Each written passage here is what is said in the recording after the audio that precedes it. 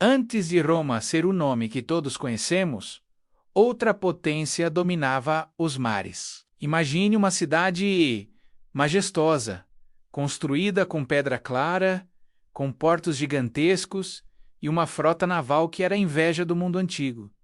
Essa era Cartago. Seu poder se estendia por todo o norte da África e chegava até a Península Ibérica, acumulando tanta riqueza que se dizia que o ouro corria como água por suas muralhas. E então, de um momento para o outro, ela simplesmente deixou de existir. Não foi um declínio lento, não foi o tempo que a consumiu.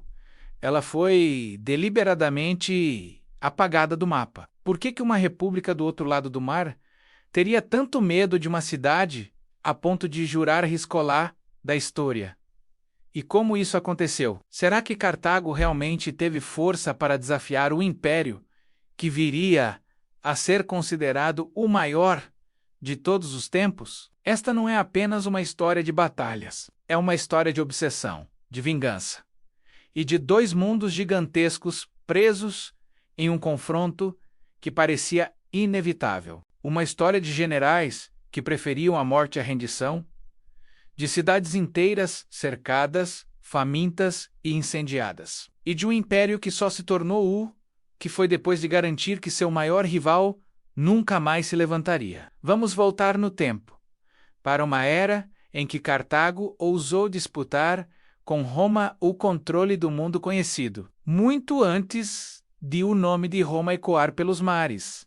Cartago já era um centro de poder marítimo. Fundada por colonizadores fenícios, ela se tornou uma joia estratégica na costa africana, com terras férteis e um acesso privilegiado às rotas comerciais do Mediterrâneo. Os fenícios, que eram mestres da navegação, não criaram apenas uma cidade, mas um império baseado no comércio, na manufatura e na expansão costeira. O nome Cartago significava cidade nova, mas suas ambições eram tudo menos modestas. Enquanto sua cidade, na Fenícia, caía sob o domínio de impérios do Oriente, Cartago crescia livre e poderosa. No seu auge, controlava territórios no norte da África, no sul da Espanha, e ilhas como a Sardenha, a Córcega e o oeste da Sicília. Seu comércio ia do Oceano Atlântico até o interior da África, e relatos antigos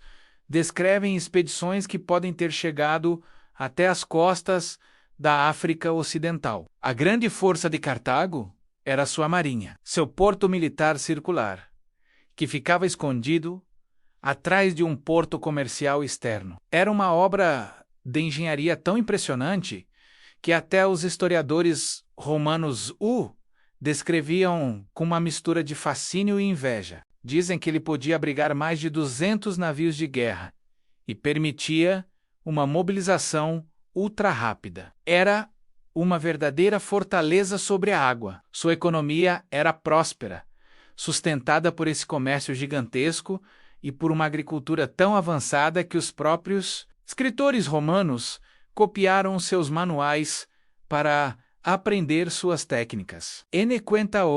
Isso do outro lado do mar, Roma ainda era uma potência em formação. Ela começou como uma monarquia, virou uma república, e até chegou a assinar acordos que reconheciam a influência de Cartago no Mediterrâneo. Nessa época, as duas cidades se observavam com uma certa cautela, mas sem conflito direto. Mas o tempo passou, e Roma começou a expandir seu poder militar. Ela derrotou seus vizinhos, unificou seu território e se tornou uma força terrestre imbatível. Só que faltava uma coisa essencial: uma marinha. E essa fraqueza tornava Cartago não apenas um rival, mas um obstáculo inevitável para seus planos.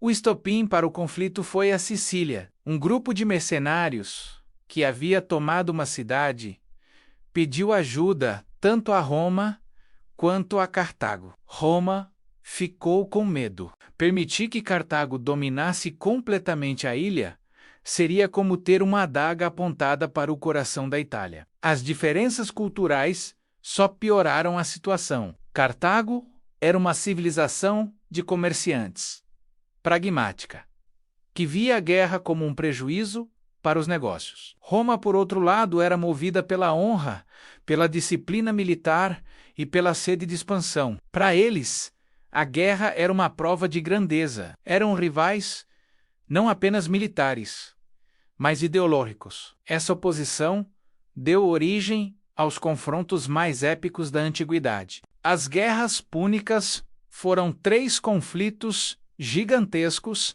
que decidiram quem comandaria o Mediterrâneo. Na Primeira Guerra, Roma, que não tinha tradição naval, improvisou uma frota inteira, aprendeu a lutar no mar e, surpreendentemente, venceu. Tomou a Sicília de Cartago e impôs uma indenização pesadíssima. Essa humilhação gerou um ressentimento profundo, especialmente em uma família. Os Barca, Amílcar Barca, um grande general cartaginês, fez seu filho jurar que jamais seria amigo de Roma.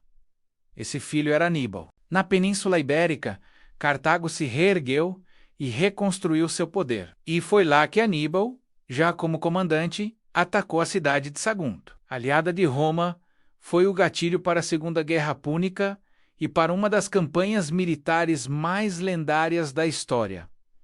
Aníbal fez o impensável. Ele cruzou os Alpes no inverno, com um exército diverso e dezenas de elefantes de guerra, para atacar Roma em seu próprio território. Ele esmagou os exércitos romanos em batalhas memoráveis, como Canas, onde causou uma das maiores derrotas da história de Roma. Mas Aníbal nunca marchou sobre a cidade de Roma. Faltavam-lhe equipamentos para um cerco prolongado e reforços de Cartago. E Roma, inteligentemente, adaptou sua estratégia. Parou de enfrentar Aníbal em campo aberto e começou a usar táticas de guerrilha, desgastando suas forças aos poucos. Enquanto Aníbal estava na Itália, um jovem e brilhante general romano, Cipião, teve uma ideia ousada: atacar Cartago diretamente na África. Aníbal foi chamado de volta às pressas para defender sua cidade. E na batalha final, a Batalha de Zama, o grande Aníbal foi finalmente derrotado. Cartago perdeu de novo. E desta vez, as condições foram ainda mais duras. Perdeu toda a sua frota, pagou uma indenização astronômica e foi proibida de entrar em guerra sem a permissão de Roma. Parecia o fim. Mas, surpreendentemente, não foi, mesmo derrotada militarmente, Cartago renasceu economicamente. Sua agricultura, seu comércio e sua produção voltaram a prosperar. A cidade estava se tornando rica de novo, e isso despertou uma profunda paranoia em Roma. Políticos como Catão, o Velho, terminavam todos os seus discursos no Senado com a mesma frase: "E além disso, eu declaro que Cartago deve ser destruída." A simples existência de uma Cartago próspera era vista como uma ameaça. Roma só precisava de um pretexto. E ele veio quando Cartago, sendo atacada por um vizinho, decidiu se defender sem a permissão romana. Era a desculpa perfeita.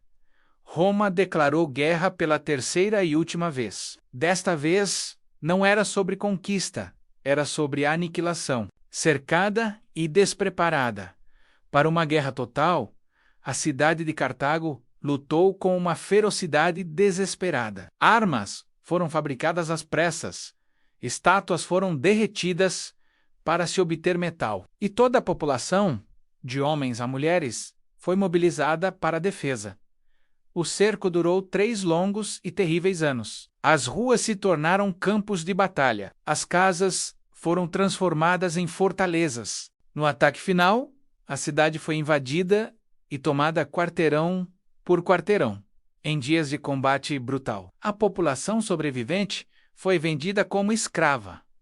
O porto, magnífico, foi destruído. As muralhas, imponentes, foram derrubadas. A cidade foi arrasada até não sobrar pedra sobre pedra. Roma havia finalmente eliminado seu maior adversário. E ao fazer isso, mudou a si mesma para sempre. Após essa vitória, ela se tornou um império ainda mais expansionista e militarizado. As riquezas e os escravos da guerra criaram desigualdades e ambições que definiriam os séculos seguintes. Cartago desapareceu como civilização, embora suas ruínas ainda existam hoje, perto da moderna cidade de Tunis, como um lembrete silencioso do que um dia ela foi. A história de Cartago nos mostra como o comércio, a estratégia e a diplomacia podem erguer o império, mas também nos mostra como o medo, o orgulho e a obsessão podem destruir um. Seu fim ecoa até hoje como um aviso. Quando duas grandes potências veem a existência uma da outra como um jogo onde apenas um pode sobreviver, a destruição se torna quase inevitável. Uma cidade inteira pode ser apagada do mapa, mas a sua memória, essa não. Obrigado por assistir. Se você gostou de conhecer essa história incrível, não se esqueça de deixar o seu like, se inscrever no canal e ativar o sininho para não perder os próximos vídeos. Até a próxima!